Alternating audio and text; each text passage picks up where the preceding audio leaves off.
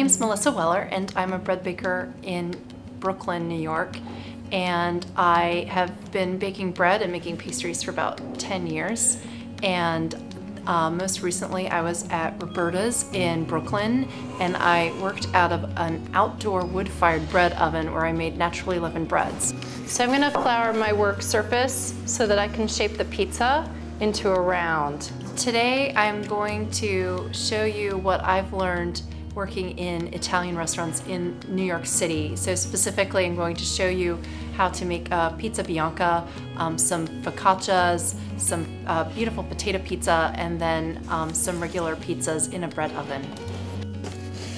I'm making two doughs today. I'm making a pizza dough and a ciabatta dough.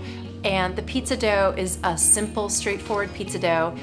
What's unique about it is that it contains a very, very small portion of yeast, but then it's left to ferment at room temperature for a very long period of time. And it's that slow fermentation that's when the gluten forms in the dough. And then the ciabatta dough is unique in that it contains a poolish, and that's a pre-ferment. And so that allows for the stretch in the pizza bianca. So I start to sort of put olive oil in the center, a nice amount. I'm using olive oil, and I'm using it pretty generously on a lot of the breads. And the idea behind it is that it's adding flavor, whereas pizzas have all of these wonderful toppings with all of this fat in the cheeses and in the toppings. Some of these like naked, like the pizza bianca, which is so straight and so plain, is using the olive oil as a flavoring agent. This is nice organic whipped cream. I'm gonna give it a couple more strokes to bring it back together. I think what's so crazy and so neat about the pizza that I'm going to make is that one of them is made using heavy cream. And so you're like, whipped cream on pizza, but then when it melts and it blends with the spring onions and the ramps and the sausage, it's just unbelievable. It's like some kind of cheese that you can't name. So that's if you can see, the cream has really it's basically melted into, it looks like cheese.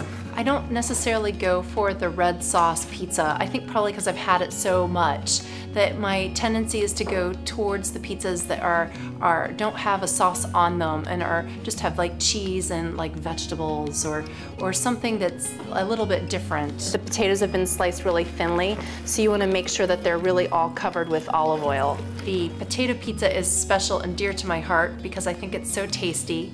I think it's really unique that I'm brining the potatoes in a salt solution overnight and taking some of the water out so that they cook faster and so that they're really crispy. I think that's what's really special about the potato pizza.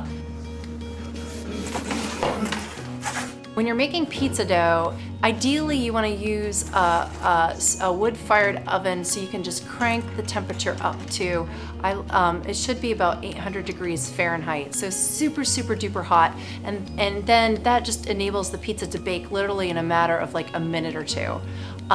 We're using a bread oven today, but the bread oven's perfect for doing the pizza bianca. Ideally, you don't want to bake the pizza bianca in a hot oven. You want it to be cool, and oftentimes at the bakery we just shut the oven off and bake the pizza bianca in the shut-off oven because it needs just a very low amount of heat. We used to make a focaccia every day when I was at Per Se, every morning, and every day the toppings would change. And it was basically what the chefs had on hand or what they had left over, and they would bring them up to us, and then it was up to us to compose the focaccia, and so that was really fun for me. And then I finished this one by just draping prosciutto over it.